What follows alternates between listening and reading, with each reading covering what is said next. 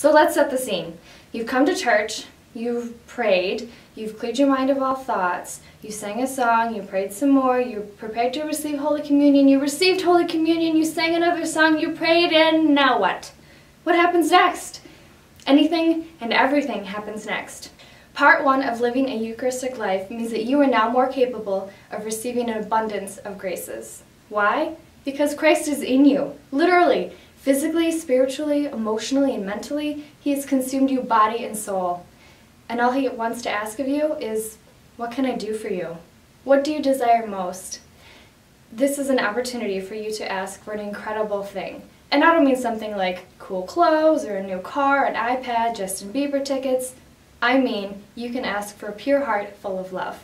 This is what leads us to the second part of living a Eucharistic life. In asking for a pure heart full of love, you are asking to have a stronger connection with Christ. This is the epicenter in keeping sin and temptation as far away from you as possible. In asking for a pure heart full of love, you are asking for a stronger connection to Christ, which, by the way, has already started happening since you received Holy Communion.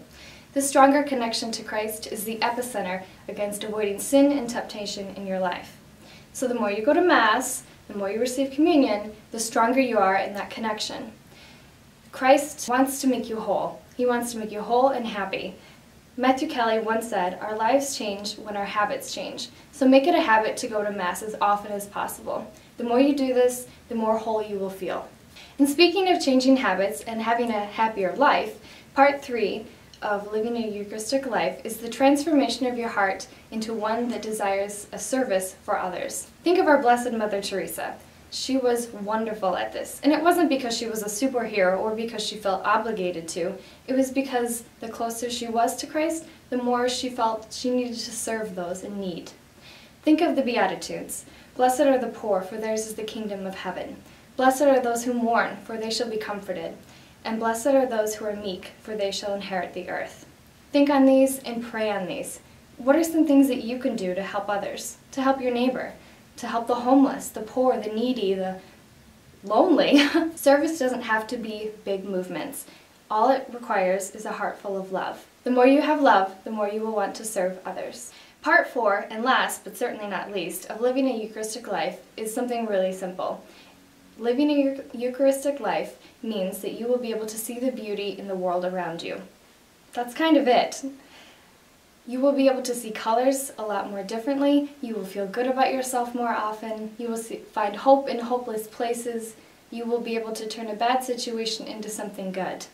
You will literally kind of glow with holy happiness. It's really quite beautiful. When you become this Christ light to others, you will glow. And God will show you the beauty in the world today. And there's a lot of it. God doesn't make trash, and He has made everything beautiful around you.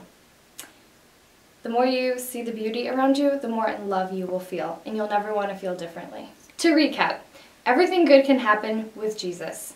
Living a Eucharistic life means 1. Knowing Christ has so much desire for you that He asks you, what can I do for you? And He blesses you with an abundance of graces. 2. You have a stronger connection to Christ, literally. And this makes you like Superman against sin and temptation. So the stronger your connection, the faster you'll fly. 3. You will receive graces that make your heart more service-oriented. You will have a spirit to serve those in need. And when you look into the face of those in need, you will see the face of God.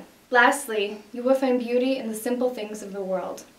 You will find light in darkness, joy in fear, hope in misery, and love in hate. The Christ light within you will light up the world, and this will be beauty. So this is your faith. You are Catholic. Live it and love it.